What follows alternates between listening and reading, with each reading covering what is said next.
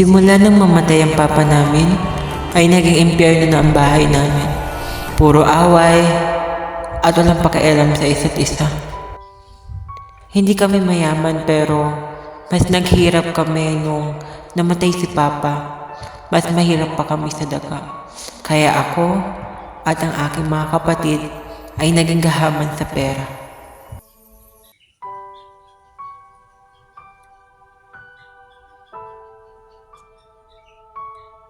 Naman to, di ko mabuo. Papagawa ko na nga lang.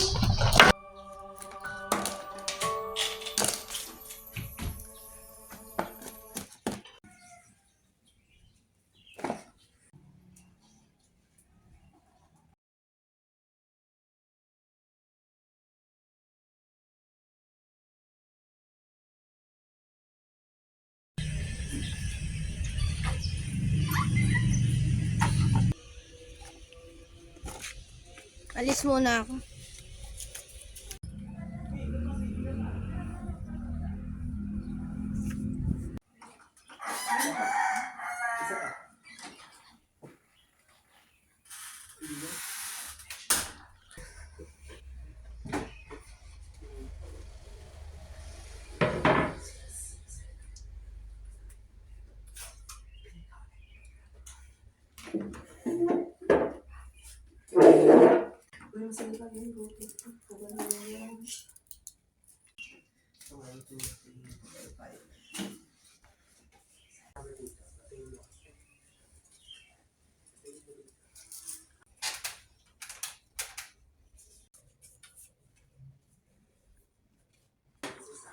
Masarap siguro maging tamad, no?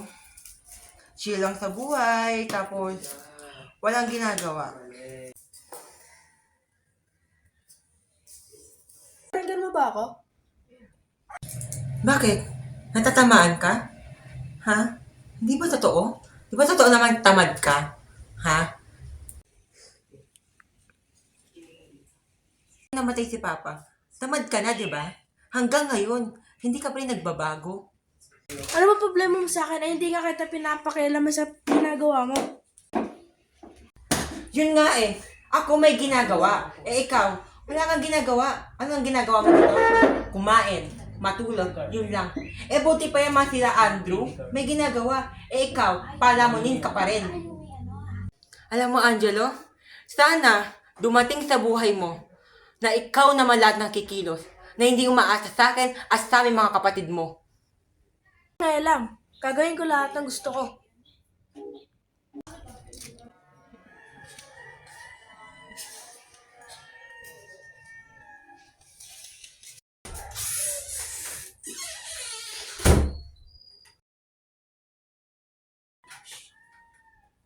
Isa pa to, saan ka na naman galing? Nakipag-away ka na naman, no? Ano bang pakialam mo? Yan, diyan ka magaling sa pagkikipag-away, no? Ay mabuti sana kung mamamatay ka. Eh hindi eh. Ha? Mahirap na nga tayo. Dadagdagan mo pa yung gastos. Next time, kapag makikipag-away ka, siguraduhin mo yung mamamatay ka, ha? Ha? Hindi yung gagastos pa tayo dyan sa mga sugat mo na yan.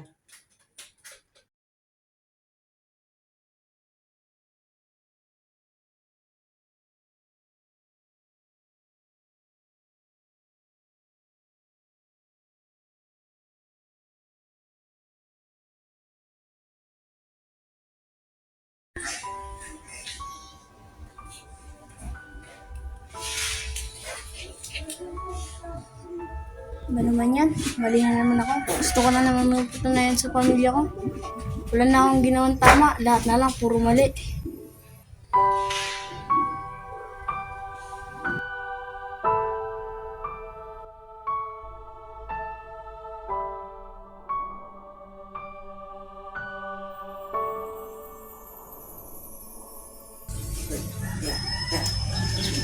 Anong nangyari sa'yo?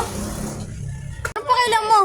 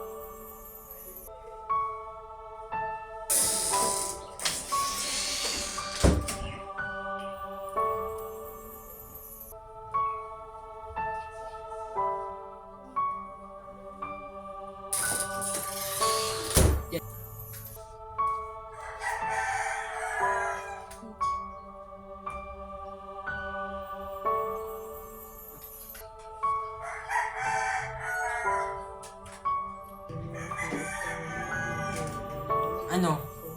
Di ba alis ka? Alis ka na. Iwan mo na ako. Aalis din ako.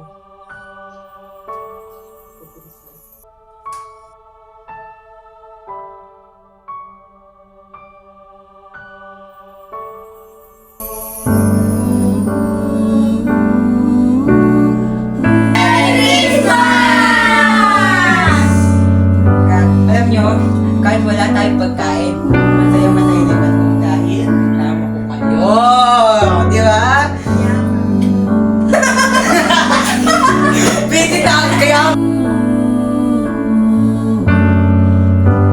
Wala pa si Papa. Oo nga, mamaya na lang. Oh, umupo na kayo. Dali. Magdadasal na tayo.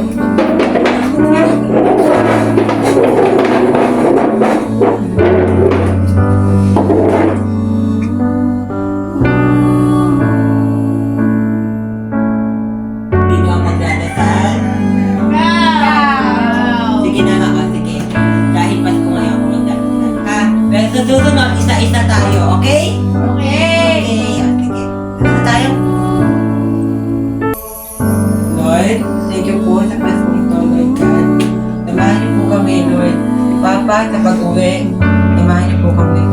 Lord, kahit wala kami pagkain, nagpapasalamat kami sa inyo. Dahil nagsama-sama kami ngayong Pasko. Nagkasama ko lang ang aking mga kapatid. Masaya-masaya lang. Happy birthday, Papa Jesus! Amen!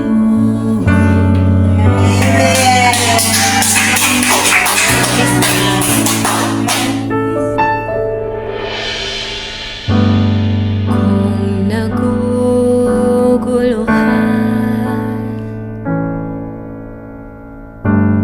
kung nawawalan ng pag-asa, laging tandaan,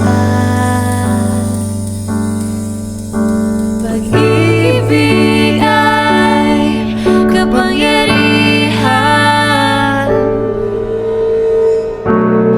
May pag-ibig na ipagpapalit ang langit para lang sa'yo. Hindi mo lang agad mapapansin dahil ito'y nasusubok sa tuwing bumabagyo ang buhay mo. Oh, ito kung mawala kay humahanap sa'yo.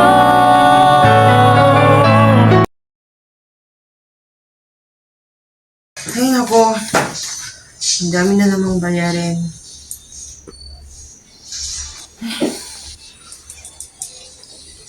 Saan ba ako kukuha ng pera pang bayad dito? Bawal naman ako umutang.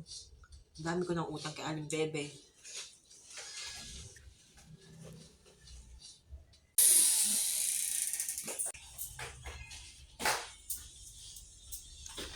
Oh bro, may bago ka na naman nanakaw.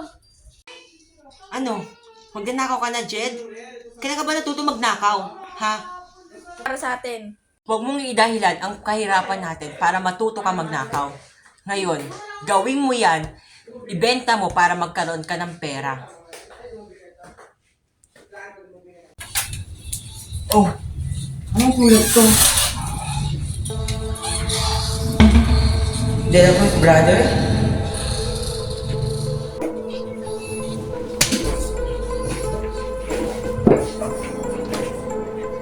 Ano kaya yung sulat to?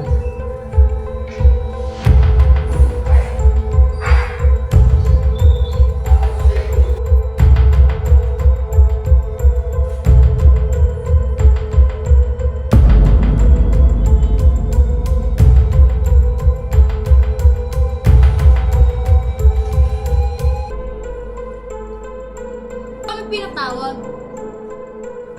Pinatawag ko kayo dito dahil may mahalaga tayo dapat pag-usapan. May sulat na nagpadala sa ating mga De La Cruz Brother. Gusto ko maging patas sa inyo kaya gusto ko din malaman nyo ang nilalaman ng sulat na ito. Ayon sa sulat na ito, nilalaman dito na si Papa ay may iniwan na pera sa atin.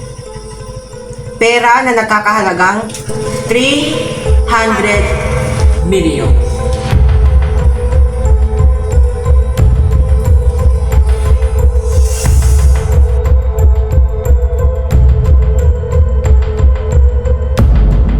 Kailangan mapunta sa tama ang perang to.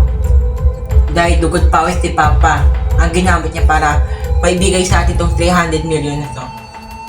Kaya para sa lahat, ni isa sa inyo hindi hahawak ng perang to.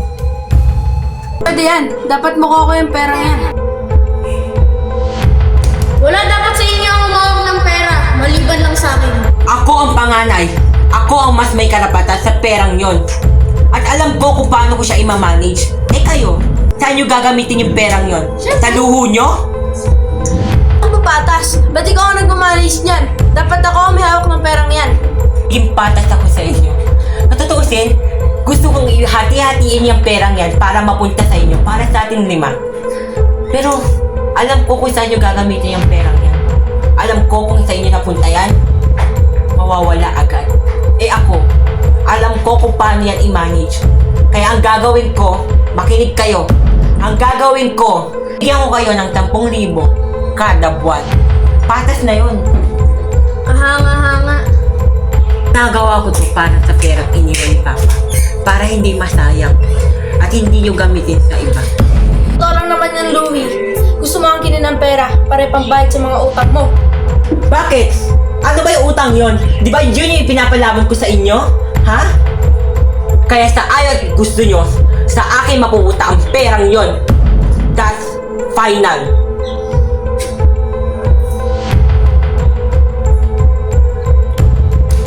Ano, Angelo?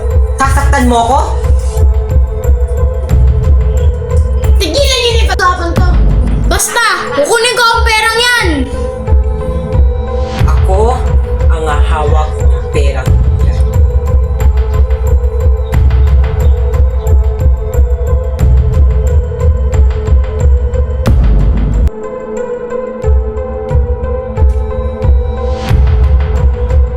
Hindi sa'yo ang perang yan. Kukunin ko yan.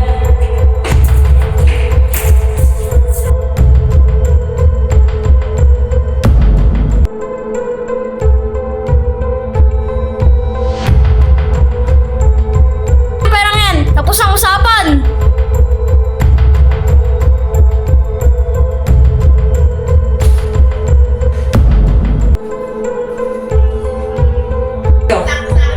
Wala ba kayong sasabihin tungkol sa perang yon? Ha?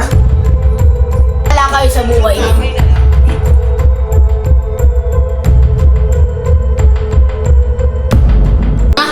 Pupunta sa akin ang perang yan.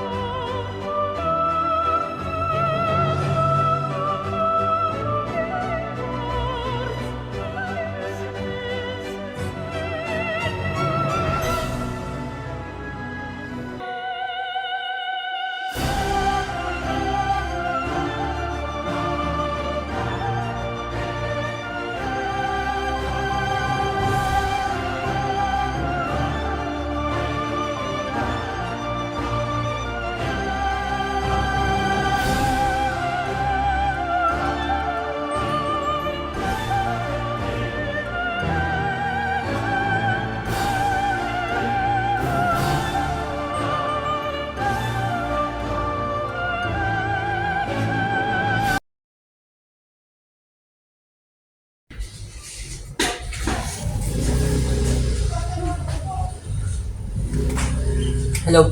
Hello, bro? Balitaan mo na siguro yung nangyari. Patas naman ako sa kanila eh. Ayoko lang talagang mauwi sa wala yung perang pinaghirapan ni Papa. Alam ko naman na hindi madaling trabahuin yun. Mahal ko sila. Hindi na wala yung pagmamahal ko sa mga kapatid ko. Kaya ayoko may mangyari masama sa amin. Yun lang, minamasama nila. na masama nila na naging madamot daw ako. Tariri. Totoo lang kung matagal na akong walang pakialam sa kanila, bahala na sila sa buhay nila. Sige, salamat Yung utang ko pala, babayaran ko na. Sabihin mo kay Aling Bebe, ha? Sige, salamat.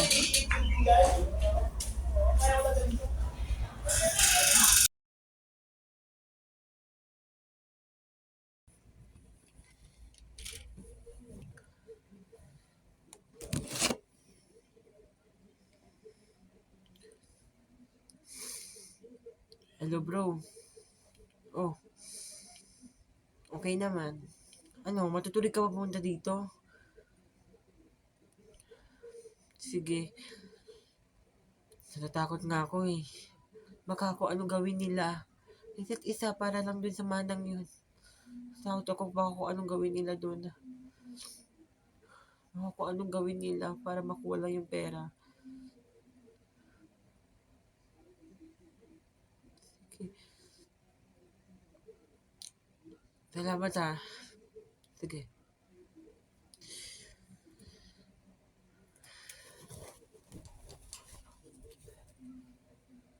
Kailangan ko makuha ang perang yun para mabili ko ng mga gusto ko.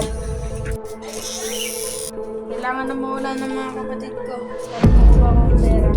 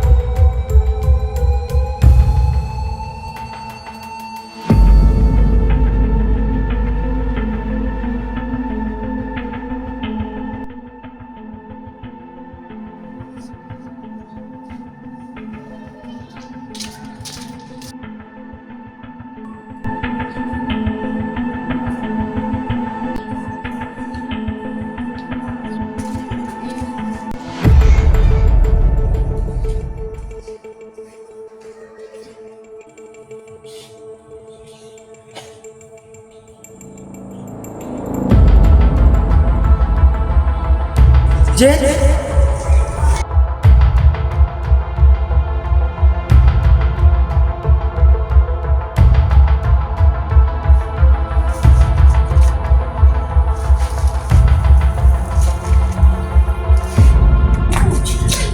Jen!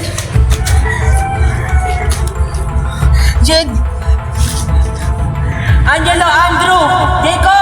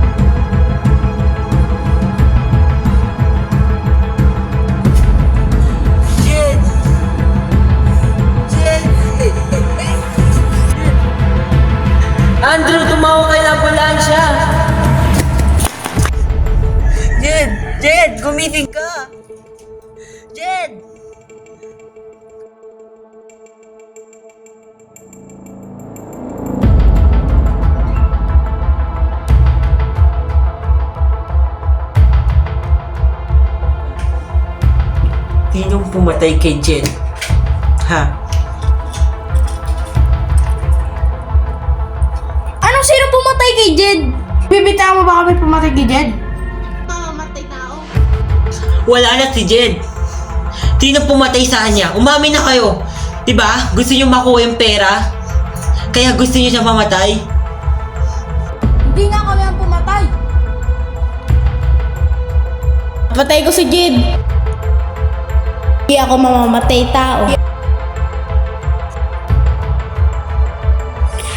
Wala na si Jed. Sinong pumatay sa kanya? Paano niya yung nagawa? Hindi ko na kaya na ako pumatay kay Jed. Louie, may sasabihin ako sa iyo. Oh, Rico. Ano yun? Gabi-gabi na. Hindi ka pa matulog. Importanteng aaminin lang ako sa iyo. Teka, anong aaminin? Ano yun, Rico? Hindi ko alam kung paano ko aaminin sa ito. Ano ba yung Jacob? Louie, napatay ko si Jed. Teka, di ko pa alam ba sinasabi mo? Anong napatay mo si Jed? Louie, ako talaga pumatay kay Jed. Alam ko. Ha? Paano nalaman?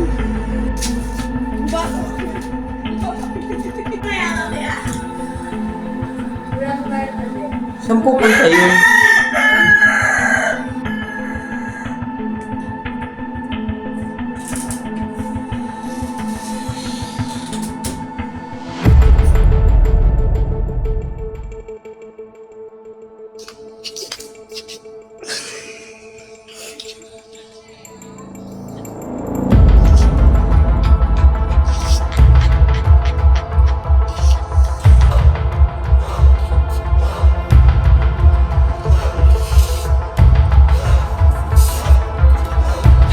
Nakita mo kami? Oo. Ang sakit sa akin. Pero pinilit kong tanggapin. Alam ko naman, hindi ikaw yun. Alam ko hindi mo sinasadya. At alam mo, pinagsisihan mo. Ano man ang nagawa mo kay Jed. Kaya okay lang sa akin. Mas sakit sa akin tanggapin.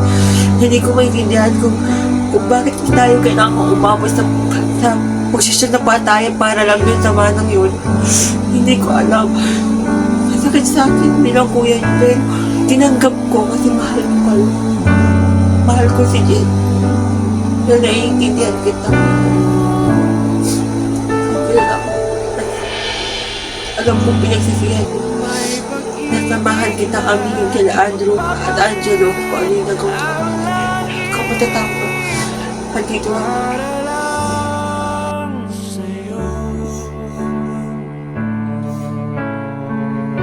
Oh, ito kung Alam ko hindi mo sinasadya. hanap sa'yo.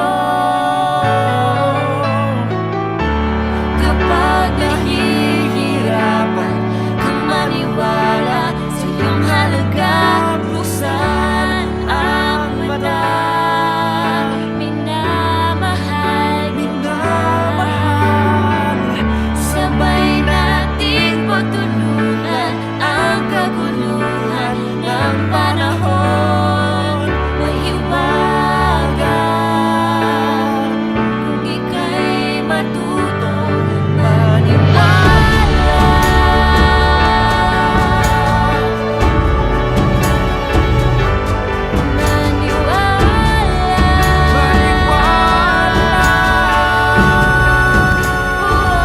Hindi naging madaling matanggap nila Angelo at Andrew ang nangyari na si Jacob nga ang pumatay kay Jed.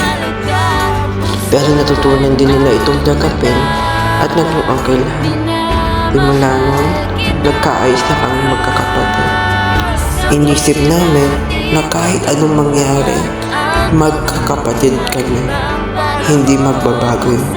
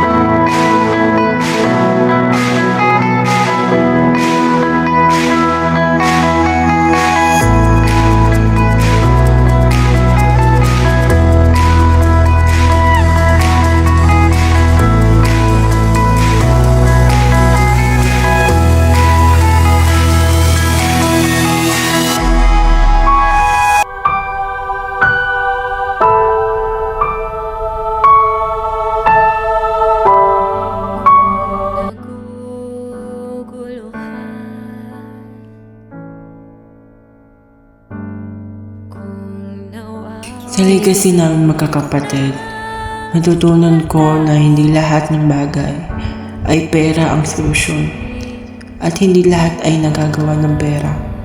Importante pa rin na may pagmamahal.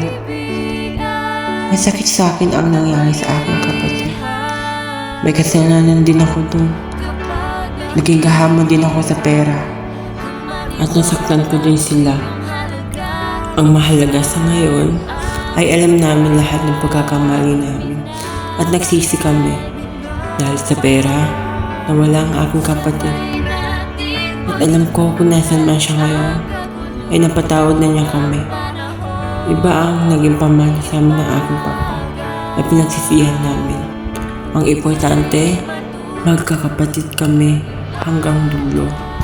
Sinubok man na kami ng panahon, pero nanatili pa rin kami sa isa't isa at hindi nag-iwanan. Sa pera na pinamana sa amin ni Papa, sinigurado namin na hindi na muli ito pagmumulan ng away namin magkakapatid. At para lumago ito, ininvest namin ito sa negosyo. At ngayon, may opisina at business na kami. Sabay nating pagtulungan ang kaguluhan ng panahon. Buksan ang mata, maniwala ka. Maniwala ka,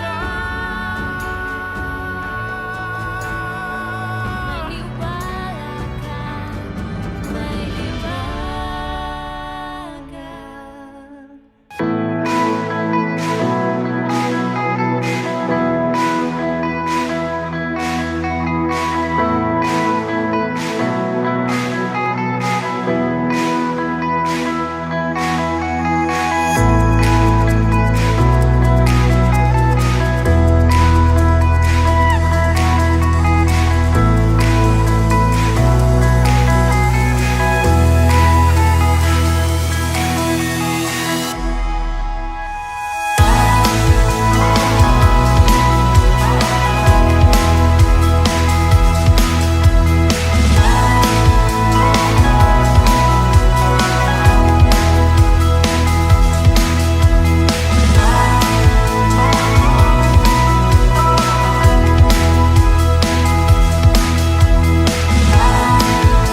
Mga kapatid, wait nyo ako dyan.